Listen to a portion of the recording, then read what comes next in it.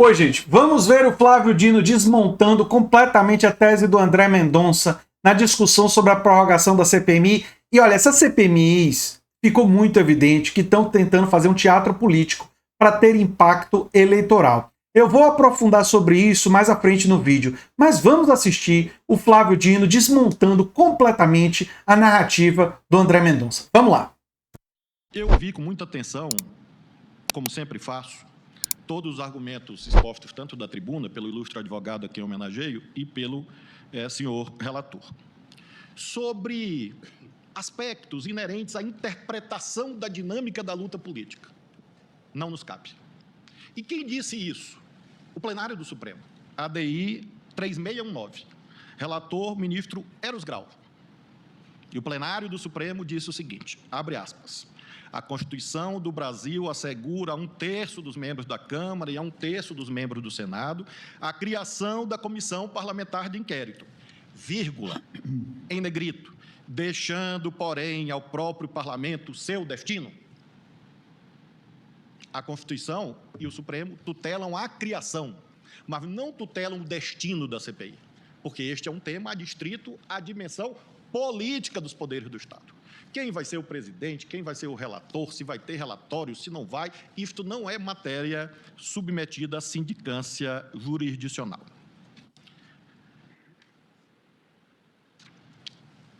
Finalizo esse penúltimo tópico dizendo, essa distinção é decisiva para a solução do presente caso. Se o direito constitucional da minoria se realiza com a criação da CPI e o destino da comissão fica a cargo do próprio parlamento, não é possível daí um suposto direito à prorrogação automática do seu funcionamento, a não ser pelos critérios próprios da luta política.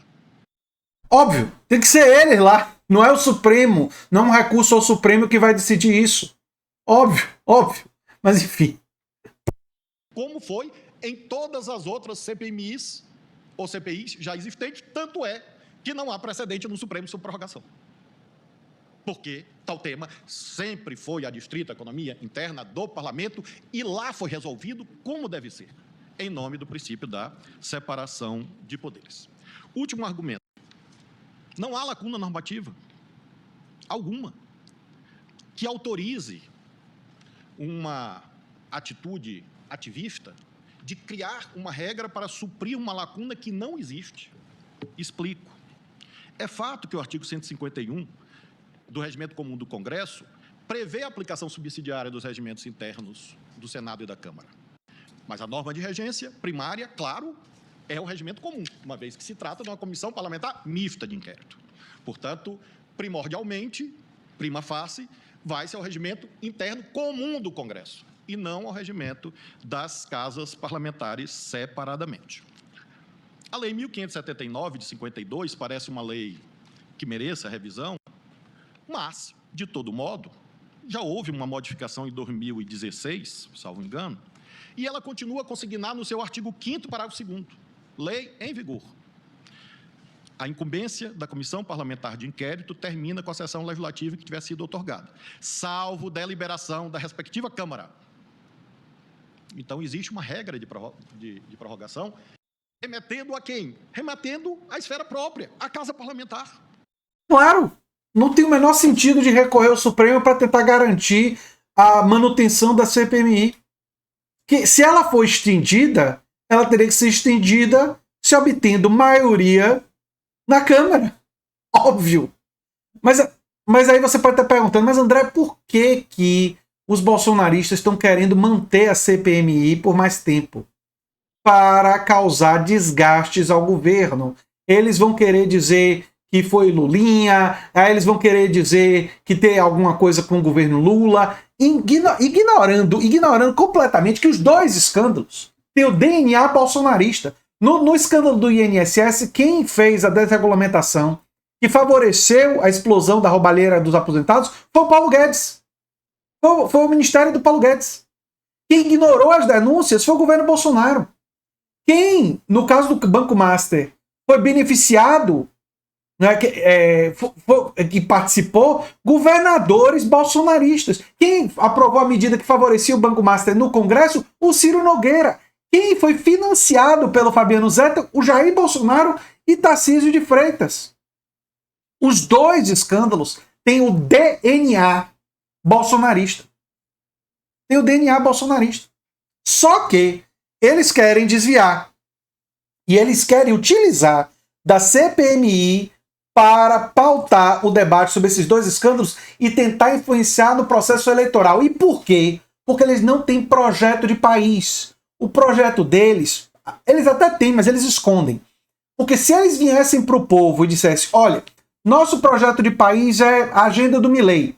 Jornada de trabalho de 12 horas, acabar com o direito de greve, dificultar a vida dos sindicatos, enfraquecer e subfinanciar o SUS, como o Bolsonaro fez. Quem quer votar nesse povo?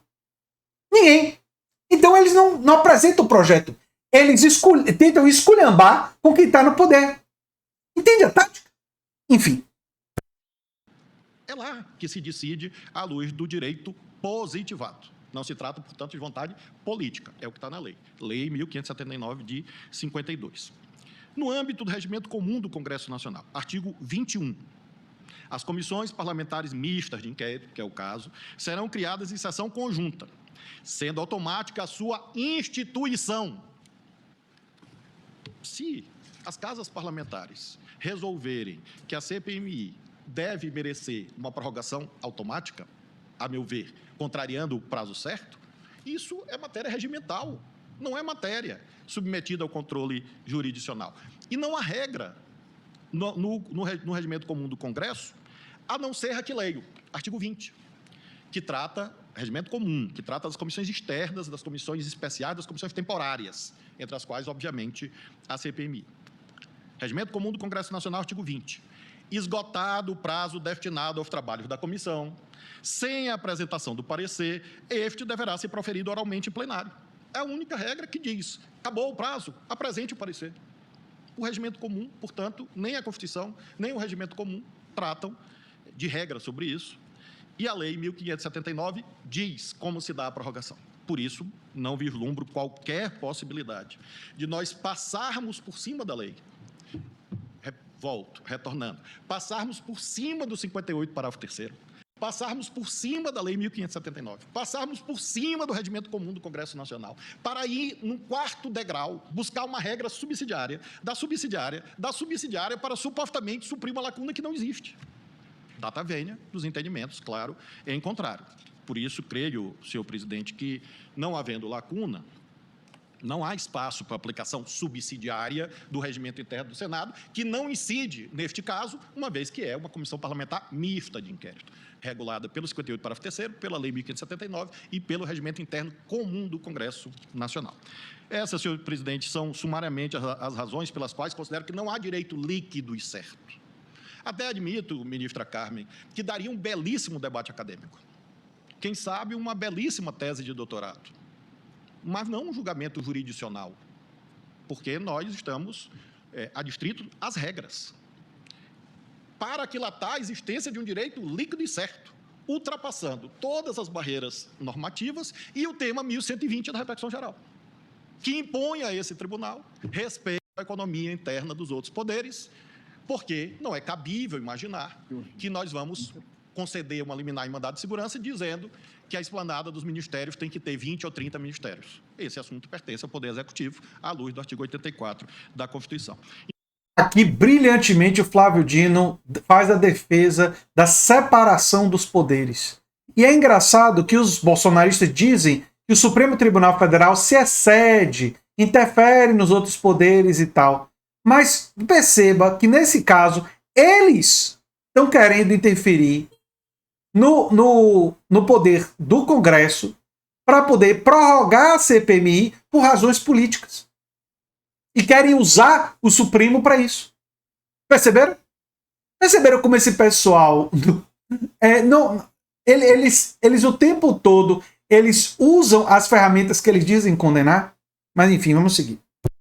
Então, presidente, de modo bem resumido, como de hábito juntarei voto escrito, considero que não há direito líquido e certo. A minha proposição, inclusive, é no sentido de nós já enfrentarmos o mérito, como temos feito em ADI, e julgarmos improcedente o pedido, mas, se não for esse o entendimento da maioria, em face da ausência de direito líquido e certo, tema que eu não tenho a menor dúvida técnica, jurídica. Considero, com todo respeito ao eminente relator, como tenho, e ele sabe disso, habitualmente externo isto a todos os colegas que aqui estão, considero que, nesse caso, não há o atendimento do requisito ou deferimento da liminar como voto, senhor presidente. Pois é, pois é. Tanto o Flávio Dino quanto o Alexandre de Moraes foram muito claros nesse particular. Bem, se você quer ganhar dinheiro divulgando ideias de esquerda, eu sei que parece impossível, mas não é. Você pode se inscrever no site do Hotmart, que é o maior site de cursos do mundo, e com um clique depois de estar inscrito, estando logado, você se tornar afiliado dos meus cursos que defendem ideias de esquerda. E você começa ganhando uma comissão de 20% no valor de cada curso. Você vai ter links dos cursos como afiliado e você vai divulgar esse link. Se você conseguir que pessoas comprem, você ganha 20% de comissão. Se você conseguir que 13 pessoas comprem os cursos, você me comunica, e esse é o ano de fazer o 13, e você diz, olha, eu sou fulano de tal, consegui 13 vendas, eu aumento a sua comissão de 20% para 40%. Você vai passar a ganhar quase metade do valor do curso só para divulgar. Só para divulgar cursos que defendem ideias de esquerda.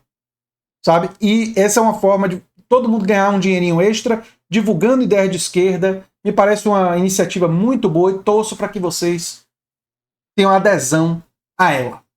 Se você também quiser se tornar membro ou apoiador, outra forma de ajudar o canal, você pode também mandar um pix para andretj@terra.com.br e você pode também divulgar o nosso material. Se você gostou desse vídeo, provavelmente vai gostar do vídeo sugerido aqui no final.